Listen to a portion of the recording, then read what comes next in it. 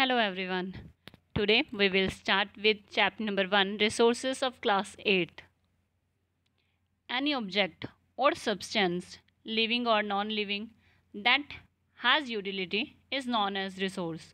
That means ऐसा कोई भी ऑब्जेक्ट जिसकी अपनी यूजेस है उसे हम रिसोर्स के रूप में जानते हैं. हर एक रिसोर्स की अपनी वैल्यू होती है और वैल्यू का अगर मीन्स बोले दैट मीन्स वर्थ. कुछ रिसोर्सेज ऐसे होते हैं जिनकी इकोनॉमिक वैल्यूज़ होती हैं. दैट मीन्स कि हम उसे मनी से ख़रीद बेच सकते हैं. सम डू नॉट, पर कुछ की नहीं भी होती. But both are important and satisfy human needs. ये दोनों ही इंपॉर्टेंट होती हैं ह्यूमन नीड को सेटिस्फाई करने के लिए. कुछ रिसोर्सेज ऐसे होते हैं कि जो इकोनॉमिकली काफ़ी ज़्यादा वैल्यूएबल होते चले जाते हैं टाइम के साथ साथ. टाइम और टेक्नोलॉजी ये काफ़ी इंपॉर्टेंट फैक्टर हैं किसी भी सब्सटेंस को चेंज करने के लिए. अगर डिस्कवरी की बात करें तो इन्वेंशन जो है वो ऑलमोस्ट हमेशा होती ही रहती हैं. Now type of resources. Resources are categorize into natural, human made and human. That means कि रिसोर्स जो है आगे 3 पार्ट्स में natural, human made and humans के अकॉर्डिंग डिवाइडेड है. नेचुरल रिसोर्सेज वो होते हैं जो कि हमें नेचर के द्वारा प्रोवाइड किए जाते हैं, जैसे कि हवा, पानी, मिट्टी और मिनरल्स. अब हवा के लिए नो डाउट एसी चला के हम पे कर रहे हैं, पर हम इलेक्ट्रिसिटी के लिए पे कर रहे हैं, हवा के लिए नहीं. वाटर हम यूज़ कर रहे हैं, लेकिन वाटर बिल अगर हम पे कर रहे हैं तो वो हम म्यूनसिपल कॉरपोरेशन को पे कर रहे हैं, पानी के लिए नहीं. नेचुरल रिसोर्सेज आगे कई पार्ट्स में क्लासिफाइड होते हैं. ये अपने ओरिजिन के ऊपर, रिन्यूएबिलिटी के ऊपर और डिस्ट्रीब्यूशन के ऊपर डिपेंड कर रहा होता है. अगर बात की जाए इनकी बेसिस की कि इनकी डेवलपमेंट, इनकी यूजेस कैसी हैं, तो ये क्लासिफाइड आगे जाके और भी सब पार्ट्स में होती है कि इनके एक्चुअल हैं या पोटेंशियल है. अब एक्चुअल वर्ड आप सबको पता है कि जो रियलिटी में होते हैं. और अगर पोटेंशियल रिसोर्सेज की बात की जाए, पोटेंशियल रिसोर्सेज वो होते हैं जिनकी इंटायर क्वांटिटी के बारे में हमें पता ही नहीं होता और प्रेजेंट टाइम पे ये यूज़ भी नहीं हो रहे हैं. हाँ, होपफुली आने वाले टाइम में इन फ्यूचर हम इसे यूज़ करेंगे. अगर इसके ओरिजिन की बात करें सो ये बायोटिक एंड अबायोटिक 2 पार्ट्स में डिवाइडेड है. बायोटिक एंड अबायोटिक से आप 7th क्लास में ऑलरेडी वाकिफ़ हो. Biotic is the living things and abiotic is non livings. So biotic में एनिमल्स, प्लांट्स ये सारे आ रहे हैं एंड अबायोटिक में सॉइल, रॉक एंड मिनरल्स ये चीज़ें आ रही हैं. नेचुरल रिसोर्सेज, अगर इनकी बेसिस हम देखें कि रिन्यूएबिलिटी क्या है, इसके बेस पे भी ये 2 पार्ट्स में डिवाइडेड है, रिन्यूएबल एंड नॉन रिन्यूएबल. और रिन्यूएबल रिसोर्सेज क्या होते हैं, वो जो कि दोबारा रिन्यू किए जा सकते हैं, रिप्लेनिश हो जाते हैं इजीली. अब जैसे कि सोलर एंड विंड एनर्जी, अगर हम सन की हीट को, सन की लाइट को ले रहे हैं आज, तो क्या कल वो सनलाइट कम हो जाएगी? नहीं, वो अपने आप से रिन्यू हो जाती है. एंड नॉन रिन्यूएबल रिसोर्सेज क्या होते हैं, जो कि लिमिटेड स्टॉक में होते हैं. अब जैसे कि अगर हम कोल, पेट्रोलियम, नेचुरल गैस यूज़ कर रहे हैं तो वो धीरे धीरे कम होते चले जाते हैं, उसके लिए हमें पे करना पड़ रहा है इसीलिए. नेक्स्ट है यूबिक्विटस रिसोर्सेज. ये कहाँ फाउंड होते हैं, ये हमारे अर्थ में हर जगह पे मिलते हैं, जैसे कि लैंड, वाटर, एयर, ये सारे ही यूबिक्विटस रिसोर्सेज हैं.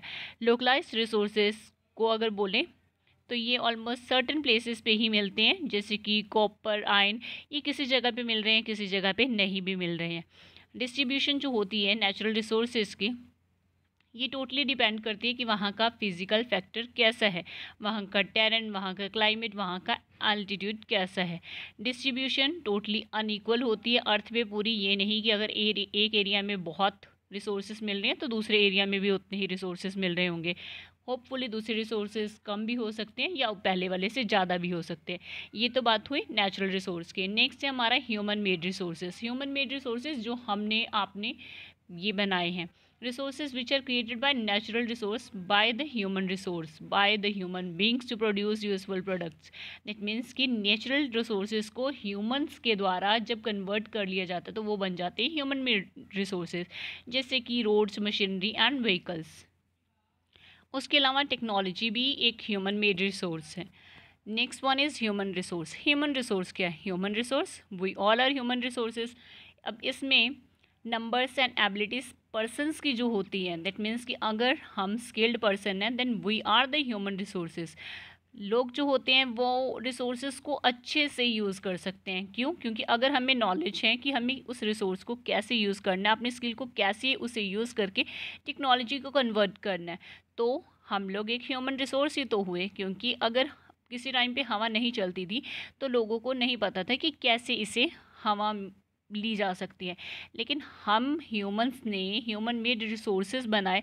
That's why we are the human resource, कि हम लोग रूम में बैठ के भी एसी की हवा ले रहे हैं। ह्यूमन रिसोर्स जो है ये ऑलमोस्ट इम्प्रूव होते चले जाते हैं, क्योंकि पीपल्स की स्केल, उनकी क्वालिटी धीरे धीरे बढ़ती चली जाती है। Next one is conserving resources. Conserving resources क्या होते हैं? सो कंजर्वेशन, हमें रिसोर्सेज की कंजर्वेशन करके रखनी चाहिए ताकि आने वाले टाइम में नेचुरल रिसोर्सेज जो हैं वो बाकियों को भी मिल सके। ये नहीं कि हम इस तरह से उसे यूज़ करते चले जा रहे हैं, वेस्ट करते चले जा रहे हैं कि फ्यूचर में वो मिले ही ना। सस्टेनेबल यूज़ ऑफ रिसोर्सेज, अगर हमें सस्टेन है कुछ रिसोर्सेज का तो हमें बहुत ही केयरफुली उसे यूटिलाइज़ करना चाहिए, बैलेंस बना के रखना चाहिए ताकि उसे कंजर्व किया जा सके अपनी फ्यूचर जनरेशन के लिए। ये हमारी ड्यूटी है कि हम कैसे इसे रिन्यू करेंगे, कैसे इसे सस्टेन करके रखेंगे। और डाइवर्सिटी अगर बात की जाए तो अर्थ की डाइवर्सिटी जो है वो कंजर्व करके रखना भी हमारी ही रिस्पॉन्सिबिलिटी है। अगर नेचुरल इन्वायरमेंट सिस्टम जो है उसे हम डैमेज कर रहे हैं तो उस डैमेज को एटलीस्ट हम ख़त्म नहीं कर सकते तो कम तो कर सकते हैं। सो आई होप सो कि आपको अब रिसोर्सेज के बारे में काफ़ी नॉलेज मिल गई है। नॉन रिन्यूएबल रिसोर्सेज कैसे कंजर्व किया जा सकता है, कौन ह्यूमन रिसोर्सेज है, कौन ह्यूमन मेड रिसोर्सेज है। So thank you.